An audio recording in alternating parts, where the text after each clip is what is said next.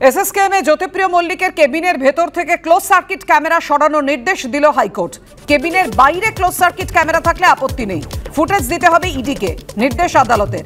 এসএসকেএমে মোতায়েন থাকবেন সিআরপিএফ জওয়ান, নির্দেশ হাইকোর্টের। এসএসকেএমে জ্যোতিপ্রিয় মল্লিকের কেবিনের ভেতর থেকে ক্লোজ সার্কিট ক্যামেরা সরানোর নির্দেশ দিল হাইকোর্ট। কেবিনের বাইরে ক্লোজ সার্কিট ক্যামেরা থাকলে আপত্তি নেই, আর ফুটেজ ইডিকে দিতে হবে, নির্দেশ দিল আদালত। কথা বলবো, আমাদের সঙ্গে রয়েছেন আমাদের প্রতিনিধি সৌভিক মজুমদার। সৌভিক, জানাও আমাদের আর কি নির্দেশ দিল হাইকোর্ট? দেখো, কলকাতা হাইকোর্টের নির্দেশে বলা হয়েছে যে জ্যোতিপ্রিয় মল্লিকের কেবিনের ভেতরে যদি কোনো সিসিটিভি ক্যামেরা থেকে থাকে তাহলে অবিলম্বে সেই সিসিটিভিকে সেখান থেকে সরাতে হবে। অর্থাৎ জ্যোতিপ্রিয় মল্লিকের কেবিনের ভেতরে কোনো রকম সিসিটিভি থাকবে না, এই মর্মে কলকাতা হাইকোর্ট নির্দেশ দিয়েছে। এবং যদি তার কেবিনের বাইরে আগে থেকে কোনো সিসিটিভি ক্যামেরা থেকে থাকে যেটা কমন প্যাসেজের মধ্যে পড়ে, তাহলে সেই সিসিটিভির ফুটেজ ইডির আধিকারিকরা পেতে পারেন, এই মর্মে বিচারপতি তীর্থঙ্কর ঘোষ নির্দেশ দিয়েছেন। এবং তিনি বলেছেন যে সিসিটিভির পরিবর্তে সেখানে কেন্দ্রীয় জওয়ান অর্থাৎ সিআরপিএফ এর যারা জওয়ান রয়েছেন সেই জওয়ানদের মোতায়েন করা হবে এবং আগামী কাল থেকে এই নির্দেশ কার্যকরী হবে। এবং জ্যোতিপ্রিয় মল্লিকের কেবিনের ভেতরে কারা ঢুকবেন বা কারা বেরোবেন সেই সিদ্ধান্ত গ্রহণ করার অধিকার সিআরপিএফ আধিকারিক এবং ইডির যারা তদন্তকারী আধিকারিক রয়েছেন সেই আধিকারিকদের থাকবে।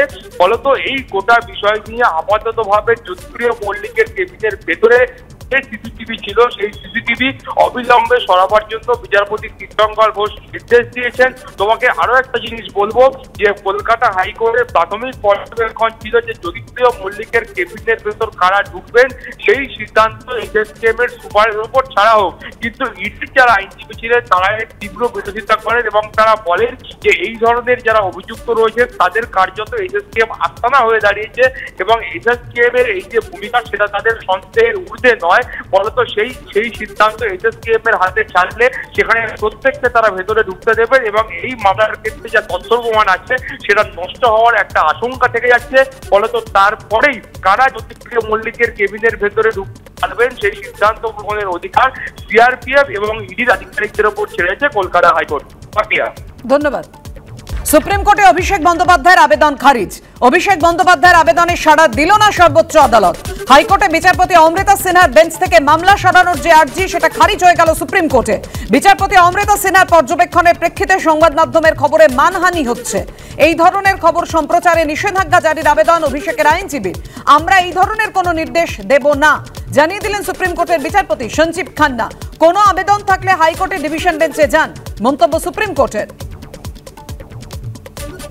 সুপ্রিম কোর্টে আবেদন খারিজ হয়ে গেল। আপনাদের আরো একবার জানাবো, সুপ্রিম কোর্টে অভিষেক বন্দ্যোপাধ্যায়ের আবেদন খারিজ হয়ে গেল। অভিষেক বন্দ্যোপাধ্যায়ের আবেদনে সর্বোচ্চ আদালত সাড়া দিল না। হাইকোর্টে বিচারপতি অমৃতা সিনহার বেঞ্চ থেকে মামলা সরানোর যে আর্জি সেটা খারিজ করে দিল সুপ্রিম কোর্ট।